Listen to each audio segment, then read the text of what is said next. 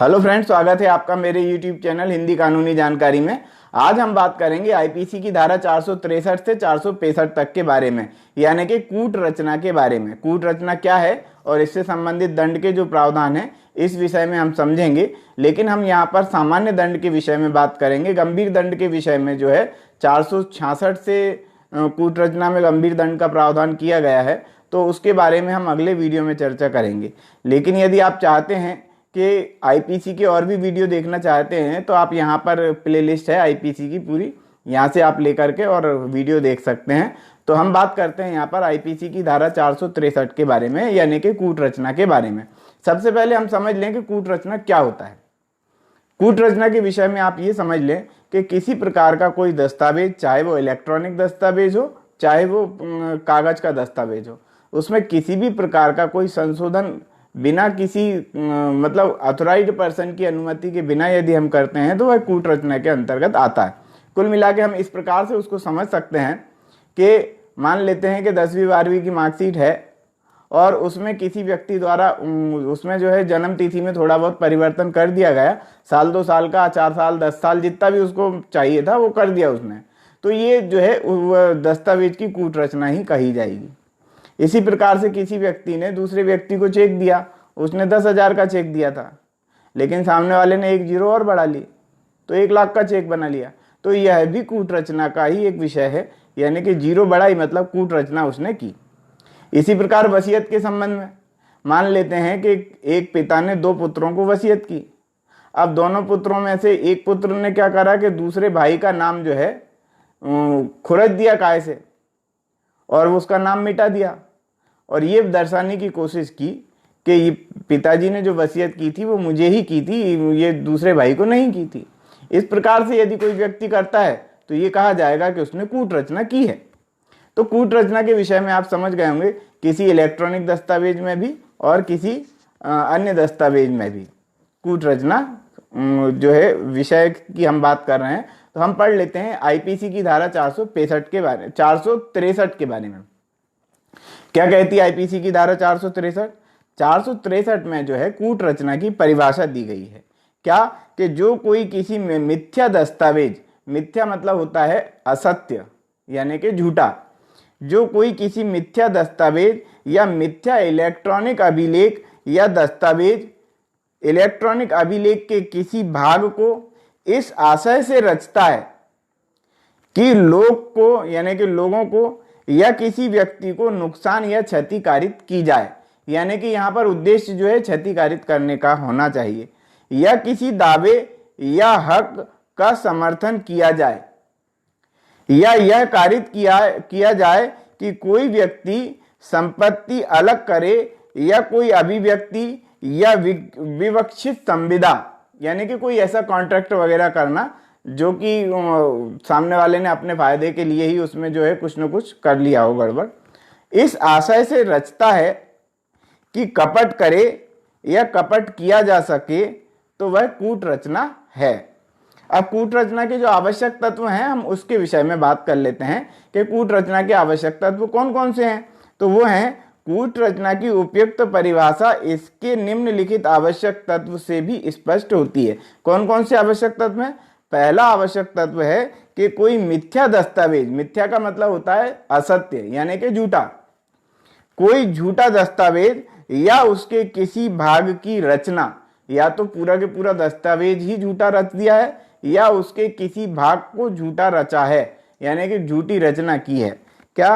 अब दूसरा पॉइंट है, ऐसी रचना निम्नलिखित आशय से होनी चाहिए, यानी कि ऐसे कौन कौन से आशय होने चाहिए उसके बारे में हम बात कर लेते हैं। जनसाधारण, पहला पॉइंट, मतलब कि किन आशय से उसकी रचना की गई हो।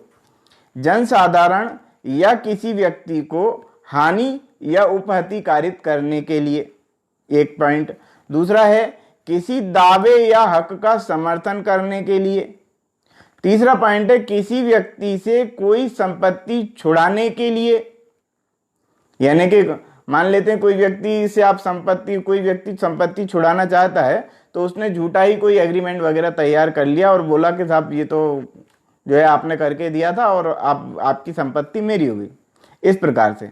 या किसी अभिव्यक्त या उपलक्षित संविदा की रचना करने के लिए, यानी कि किसी अभिव्यक्ति के लिए, अभिव्यक्ति का मतलब होता है वाक अभिव्यक्ति, यानी कि बोलना, है ना। अब यदि कुल मिला के अभिव्यक्ति के लिए मतलब कि ऐसी कोई दस्तावेज तैयार कर दिया और सामने वाले ने कहा तो कि बता दिया उसको दस्तावेज की आपने ही तो बोला था जो लिखा है ना।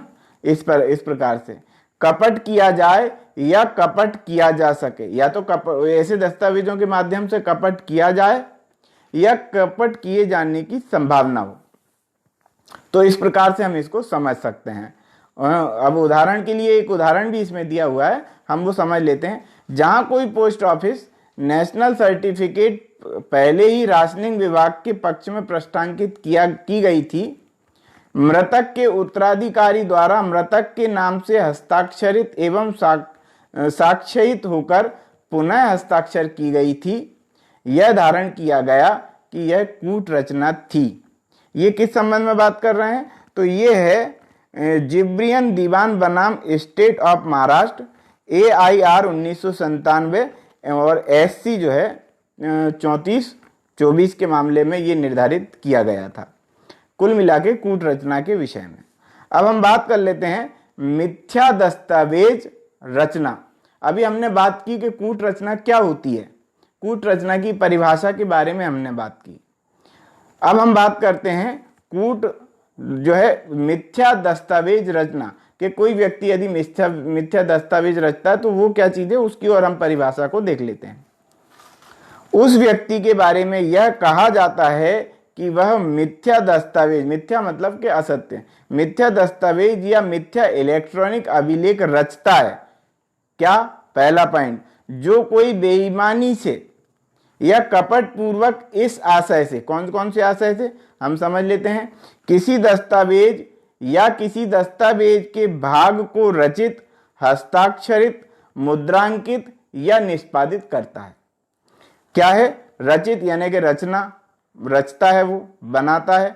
हस्ताक्षरित यानी कि उस पर हस्ताक्षर करता है, किसी दस्तावेज पर जो बनाया है या बनाया गया है उस पर वो हस्ताक्षर करता है। मुद्रांकित करता है यानी कि सील वगैरह लगाता है।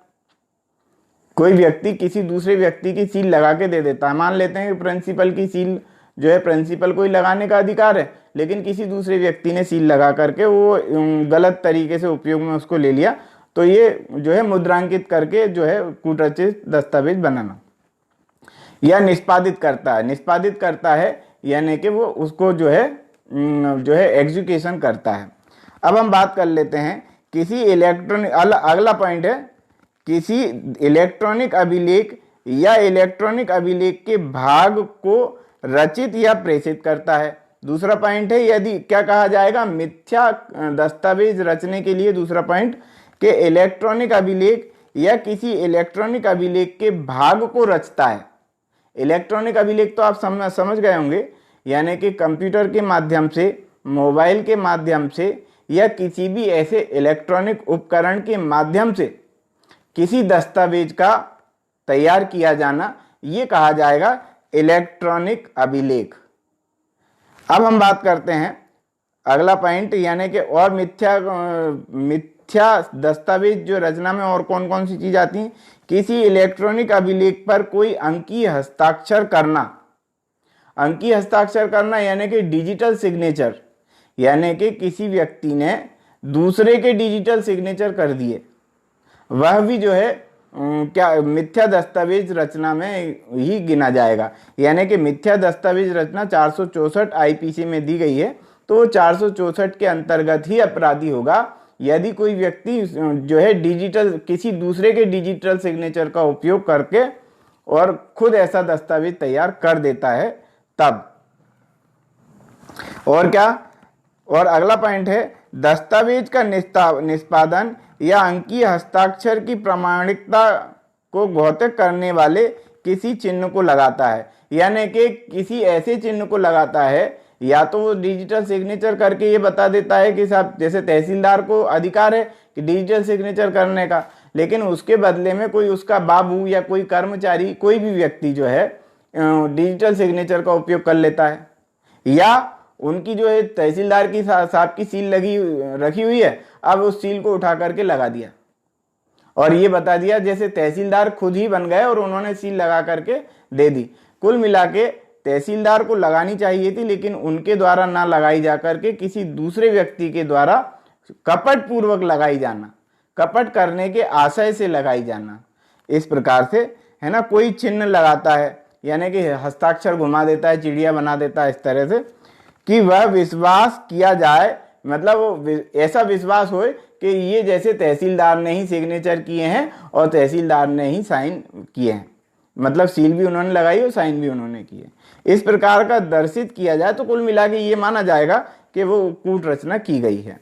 और क्या है, इसके संबंध में हमने कुछ दृष्टांत हैं वो हम देख लेते हैं कि कौन कौन से दस्तावेजों के।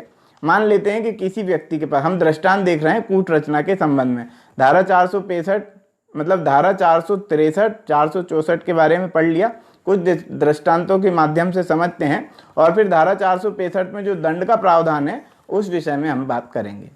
तो सबसे पहले कुछ उदाहरण से क्या है जल्दी समझ में आ जाता है, इसलिए हम समझ लेते हैं क्या कि किसी व्यक्ति ने किसी अन्य व्यक्ति को जो है 10,000 रुपये चुकाने का वादा करते हुए एक जो है प्रामिसरी नोट लिख करके दे दिया, यानी कि एक कागज पे लिख के दे दिया कि मैं आपका 10,000 रुपये चुकाने का हकदार हूं, मतलब मैं आपको 10,000 रुपये का भुगतान करूंगा।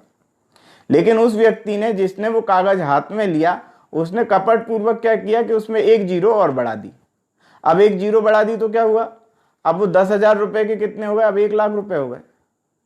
अब 1,00,000 रुपये वो व्यक्ति देनदार नहीं था, वो तो 10,000 रुपये देनदार था। तो इसका मतलब ये कहा जाएगा कि उस व्यक्ति ने जो है ऐसे दस्तावेज पर जीरो बढ़ा करके कूट रचना की है। तो एक उदाहरण हमने ये देख लिया, हम एक आध उदाहरण और इसमें देख लेते हैं। क्या उदाहरण देखते हैं, एक और देख लेते हैं कि किसी व्यक्ति ने क्या किया कि चेक दिया और चेक देते हुए ये कहा कि ये चेक रखो और इसमें जो है आप 5,000 रुपये तक की राशि भर के और निकाल लेना। हस्ताक्षर करके दे दिया, कोरा चेक सिर्फ हस्ताक्षर करके दे दिया कि राशि तुम भर लेना लेकिन 5,000 रुपये से ज्यादा मत भरना, ऐसा करके उसने दे दिया। लेकिन वो व्यक्ति क्या करता है कि 5,000 नहीं भरता है, वो 10,000 का चेक लगा देता है, 10,000 की राशि भर के लगा देता है। तो ये कहा जाएगा कि उसने जो है कूट रचना की है, दस्तावेज की कूट रचना की है। तो इस प्रकार से हमने समझा इस चीज को और हम समझ लेते हैं, आगे की हम बात करते हैं। इसमें जो हम देखते हैं कूट रचना के विषय में जो दंड के जो प्रावधान है हम उसकी बात कर लेते हैं, यानी कि आईपीसी की धारा 465 के बारे में हम बात कर लेते हैं।